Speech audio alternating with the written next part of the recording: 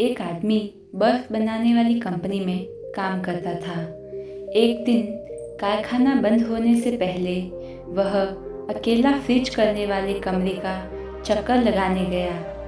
तभी एक चौकीदार ने उस दरवाजे को खुला देखकर बंद कर दिया और इस तरह वह आदमी उस बर्फ वाले कमरे में फंस गया। छुट्टी का वक्त था और सब काम करने वाले लोग घर जा रहे थे। किसी ने भी अधिक ध्यान नहीं दिया कि कोई अंदर फंस गया है। वह समझ गया कि 2-3 घंटे बाद उसका शरीर बर्फ बन जाएगा और उसकी मौत हो जाएगी। अब जब मौत सामने नजर आने लगी तो वह आदमी भगवान को सच्चे मन से याद करने लगा और अपने कर्मों की क्षमा मांगने लगा और भगवान से कहा, हे भगवान, जिस तरह आपने प्रहलाद को अग्नि से बचाया, अहिल्या को पत्थर से नारी बनाया, शबरी के झूठे बेर खाकर उसे स्वर्ग में स्थान दिया, उसी तरह प्रभु, अगर मैंने जिंदगी में कोई एक भी काम मानवता व धर्म का किया है तो आप मुझे यहाँ से बाहर निकालो। मेरे बीवी बच्चे मेरा इंतज़ार कर रहे होंगे। उनका पेट पालने वाला इस दुनिया में सिर्फ मैं ही हूँ। मैं पूरे जीवन आपके इस उपकार को याद रखूँगा। और इतना कहते कहते उसकी आंखों से आंसू निकलने लगे और कुछ ही देर में उसकी हालत खराब होने लगी।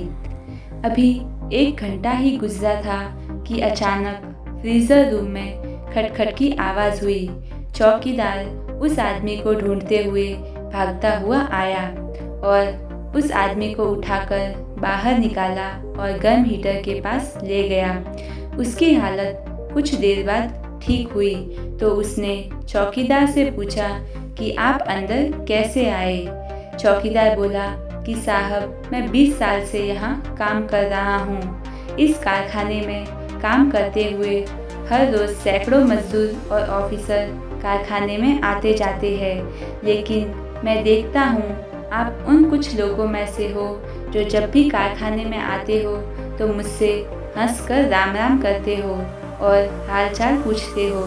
निकलते हुए आपका राम राम काका कहना मेरे सारे दिन की थकावट को दूर कर देता है, जबकि अक्सर लोग मेरे पास से यूं ही गुजर जाते हैं कि जैसे मैं हूँ ही नहीं।